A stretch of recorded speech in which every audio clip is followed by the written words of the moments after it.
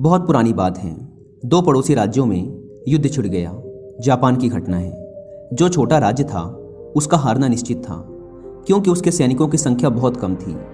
उसके एक सैनिक के बदले पड़ोसी राज्य के पास 10 सैनिक थे। उस राज्य के सेनापतियों ने युद्ध में जाने से मना कर दिया। उनका कहना था कि हार तो निश्चित ही है, फिर व्यर्थ ही अपने सैनिकों को कटवाने से क्या मतलब, ये तो सरासर मौत के मुंह में कूदना है। इतनी छोटी सेना के साथ इतनी बड़ी सेना से लड़ना तो मूर्खता ही होगी। इससे अच्छा तो हम बिना लड़े ही हार मान लें और पड़ोसी राज्य की सारी मांगें स्वीकार कर लें। राजा भी सेनापतियों पर ज़्यादा दबाव नहीं डाल सकता था, क्योंकि बात तो सच थी, लेकिन राजा बिना लड़े हार भी नहीं मानना चाहता था। जब सेनापतियों ने युद्ध में जाने से मना कर दिया तो राजा उसी राज्य के एक गांव में रहने वाले एक साधु के पास गया। साधु का उस राज्य में काफ़ी नाम था, सभी उसकी बहुत इज्जत करते थे। राजा ने अपनी चिंता साधु को बताई और उसे अपनी सेना का सेनापति बनकर युद्ध में जाने का आग्रह किया। साधु जाने के लिए तैयार हो गया, लेकिन सेना बहुत डरी हुई थी, क्योंकि जो इंसान उनका सेनापति बनकर जा रहा था उसे युद्ध का कोई अनुभव न था। उसे तो ठीक से तलवार पकड़नी भी न आती थी, लेकिन साधु बड़े उत्साह में था। साथ ही राजा को भी साधु पर पूरा भरोसा था, इसलिए सेना को भी साधु के साथ जाना ही पड़ा। यहाँ सेनापति यह देखकर बड़े आश्चर्य में थे कि राजा कर क्या रहा है। आखिर राजा को इस साधु पर इतना भरोसा कैसे है कि यह इस युद्ध को जीत कर ही वापस आएगा। इस जिज्ञासा में सेनापति भी चुपचाप सेना के पीछे निकल पड़े। जहां दुश्मन सैनिकों का पड़ाव था वहां से कुछ दूर पहले रास्ते में एक छोटा सा मंदिर पड़ता था।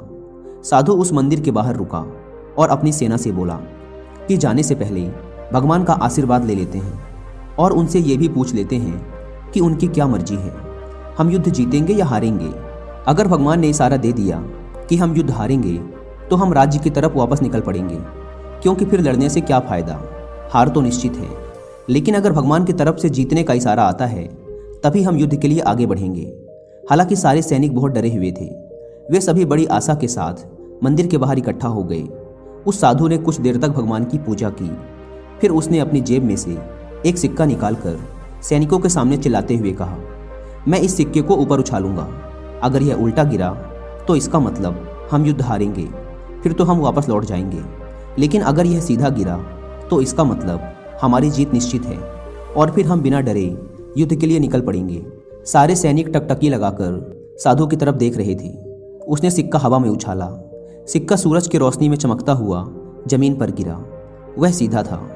साधु ने खुशी से उछलते हुए चिल्लाकर कहा, सारी चिंताएं छोड़ दो, सारा डर खत्म कर दो, हमारी जीत निश्चित है। अब हमें कोई नहीं हरा सकता, क्योंकि अब तो भगवान भी हमारे साथ हैं। सारी सेना उत्साह से भर गई। अब सबके मन में जीत की उम्मीद पक्की हो चुकी थी। उत्साह से भरी ये सेना सीधे जाकर दुश्मन सेना से भिड़ गई। दोनों सेनाओं के बीच भयंकर युद्ध हुआ। जीत की पक्की उम्मीद से भरी साधु की सेना का एक एक सैनिक दुश्मन के 10-10 सैनिकों पर भारी पड़ रहा था। अंततः साधु की सेना ने यह युद्ध जीत लिया। लौटते वक्त जब वे उस मंदिर से गुजर रहे थे तो साधु ने कहा, जाने से पहले भगवान का धन्यवाद तो करते चले जाएं। सभी लोग मंदिर के बाहर इकट्ठा होकर भगवान का धन्यवाद करने लगे कि हे ईश्वर, तेरा लाख लाख शुक्रिया कि तूने हमें जिताया। अगर तू हमें जीतने का इशारा ना करता तो हम तो हार ही जाते। तभी साधु ने चिल्लाकर कहा, उससे पहले कि तुम भगवान का धन्यवाद करो, मेरी जेब में जो सिक्का पड़ा है उसे देख लो। साधु ने सिक्का बाहर निकाल कर दिखाया। वह बनावटी सिक्का था। वह दोनों ओर से सीधा था। वह उल्टा गिर ही नहीं सकता था। साधु ने कहा, भगवान को धन्यवाद मत दो, इस जीत में उनका कोई हाथ नहीं। तुम जीतने की आशा से भरे हुए थे, इसलिए जीत गए। तुम हार भी सकते थे, क्योंकि तुम निराश थे और हारने की कामना से भरे हुए थे। जीवन में भी सारे कामों की सफलताएं इस बात पर निर्भर करती हैं कि हम उनकी जीत की आशा से भरे हुए हैं या हार के ख्याल से डरे हुए हैं। कई बार कम सामर्थ्य के साथ भी सकारात्मक सोच से भरे हुए लोग जीतने की उम्मीद के दम पर ऐसे ऐसे काम कर जाते हैं जिन्हें करने का सामर्थ्य रखने वाले निराशा से भरे लोग कभी नहीं कर पाते। इस कहानी से हमें सीखने को तो यही मिलता है कि सामर्थ्य का होना बड़ी बात नहीं है, आशा का होना बड़ी बात है। और इस बात का मन में दृढ़ विश्वास होना कि कोई एक काम है और वो जरूर होगा। अगर मैं अपनी कोई कसर ना छोड़ूं उस काम को करने में, मैं अपना संपूर्ण समर्पण दे दूं उस काम को करने में, तो वो काम होकर ही रहेगा। सकारात्मक सोच में बड़ी ताकत है।